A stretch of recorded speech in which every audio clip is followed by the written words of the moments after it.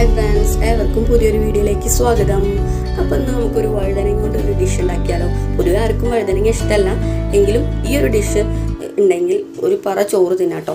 അത്രയ്ക്കും ടേസ്റ്റാണ്, വീട്ടിലെ ടേസ്റ്റാണ് ഈ കറി. നമുക്കൊന്ന് ഉണ്ടാക്കി നോക്കിയാലോ. അപ്പോൾ ആദ്യം സ്ലൈസാക്കി ചെറുതാക്കി കനം കുറച്ച് നമുക്ക് വഴുതനങ്ങ അരിഞ്ഞ് വെള്ളത്തിലിട്ടേക്ക്. അതിനൊരു കറുണ്ട്, അപ്പോൾ അത് വെള്ളത്തിൽ ഇട്ടേച്ച് നന്നായി കഴുകി അതിലേക്ക് മഞ്ഞൾപ്പൊടി, മുളക് പൊടി, ഉപ്പ്, കുറച്ച് വെളിച്ചെണ്ണ വെച്ച് നന്നായി മിക്സ് ചെയ്ത് വെക്കാം കുറച്ച് നേരം.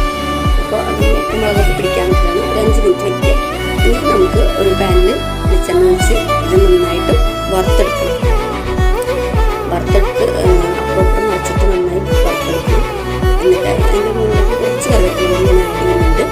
അപ്പോൾ നമുക്ക് ഒരു ബൗളിൽ കുറച്ച് തൈര്, പുളി അധികം വേണ്ട, കുറച്ച് പുളിയുള്ള തൈര് വേണം എടുക്കാൻ. അതിലേക്ക് കുറച്ച് ഉപ്പിട്ട് നമുക്ക് മിക്സ് ചെയ്ത് വെക്കാം. അപ്പോഴേക്കും ഇത് നന്നായി വറുത്ത് കോരി മാറ്റി വെക്കാം. ഈ തൈര്, ഉപ്പിട്ട് വെച്ച തൈരിലേക്ക് നമുക്ക് ഈ വഴുതനങ്ങ വറുത്തത് കോരി ഇടാം. ഇത് നന്നായി മിക്സ് ചെയ്യണം. എന്നിട്ട് ഉപ്പൊക്കെ പാകമാണ് നോക്കണം കേട്ടോ.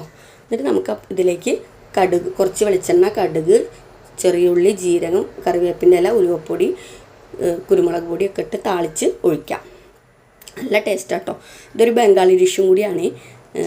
സൂപ്പർ ടേസ്റ്റാട്ടോ. ഇത് മാത്രം മതി ഊണ് കഴിക്കാൻ. അപ്പോൾ എല്ലാവരും ഇത് ട്രൈ ചെയ്യണേ. ട്രൈ ചെയ്ത് ഇതിൻ്റെ ഫീഡ്ബാക്ക് അറിയിക്കണം.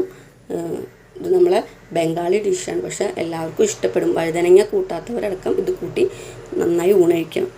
അപ്പോൾ ഇത് ഉണ്ടാക്കി നോക്കി ഇതിൻ്റെ ഫീഡ്ബാക്ക് അറിയിക്കണം. ബായ്. അടുത്തൊരു വീഡിയോയിൽ കാണാം.